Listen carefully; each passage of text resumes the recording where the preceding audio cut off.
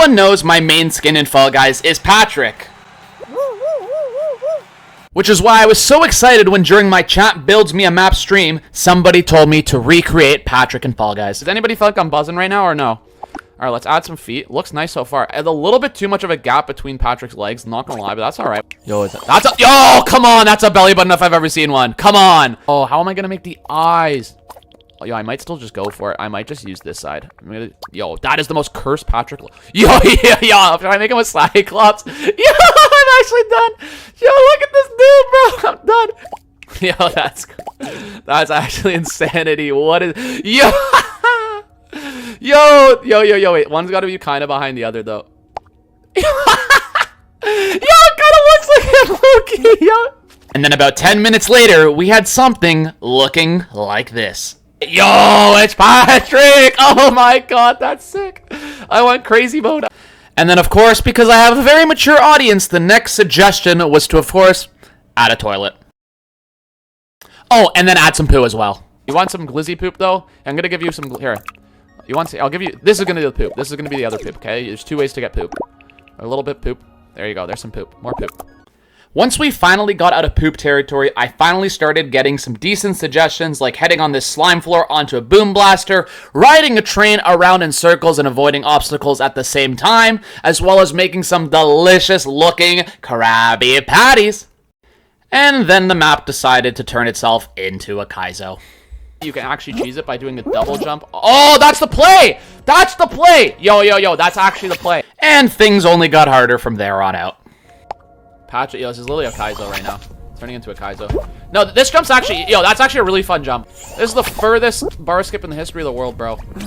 But that is when somebody in my chat came up with the most ingenious idea. Oh, that's another good idea, is to use the flipper for the spatula. The flipper for the spatula is also a really good idea. I like both. How does this launch us? How does it go? All right, perfect. And before I knew it, we were heading into the eye of the storm that is Patrick. We can go inside. I like the idea of going in the eyes here. So we're in the eyes. Now all that was left was a bunch of yada, yada, yada. Put on some finishing touches. It is what it is. It was what it was. And then we just needed to give it a name. And he has given us the name. We are going with the Sweaty Starfish. The Sweaty Starfish. And then it was time to publish it. Patrick, the reason that my chat named it Sweaty Starfish is because this map accidentally turned out to be kind of a Kaizo. Now, here's the issue, is that when I'm actually in creative mode, I can see the eyes from this level, but the camera from creative mode to the actual show when you're playing the map is a little bit different. So I'm going to try to hop. You can kind of see the eyes. Let's try to get an angle from over here. There you go. You can see the beautiful mouth, the beautiful Patrick, but we're going to start by sliding on down. Here we go. We're gonna start our map also by going onto a giant toilet. Apparently my chat really was interested in putting a toilet on the map. Don't ask me. I don't want to talk about it. We're gonna hit the soap bar on the side here. Just like that. Smack into the boom blaster. Up on the boom blaster onto the train part. Now this part's really cool. Now the boxes are supposed to be a little bit more spread out, so I don't know exactly what's causing that to happen here. But then we're gonna jump dive onto the Krabby Patty. You can see we've got some burgers with lettuce. They got the tomatoes sticking out. The tomatoes are actually the item spawners. Big shout out to Bridge for that idea. But from the Krabby Patties, we're gonna head onto the Patrick itself. This is the arm of Patrick. We're gonna go to the backside where everything's kind of hidden. We hit the bouncer on to the rainbow. Now this part's really tricky. You can either slide on down to like that little spot on Patrick, then hit the bollard all the way over there, or you can try to take a little bit of a shortcut, which might be a bit harder. Let me show you how to do it. You're gonna jump on the side here. You're gonna spam jump again. You're gonna jump, and you're gonna land right here. Now all you gotta do is just jump into this conveyor, dive on over, and bang! We hit the first checkpoint. We're gonna go to the other side of Patrick here. As I said, my chat did help me build this entire map, and you're just gonna die like that. But what I meant to say was that at each part, my chat would get some input. They would tell me exactly what I should put next. For example, a noodle. One person suggested that I should put this lily pad here onto a spinning axe. By the way, these spinning axe jumps are some of my favorite jumps in the game. You got to turn your camera, time it, bang.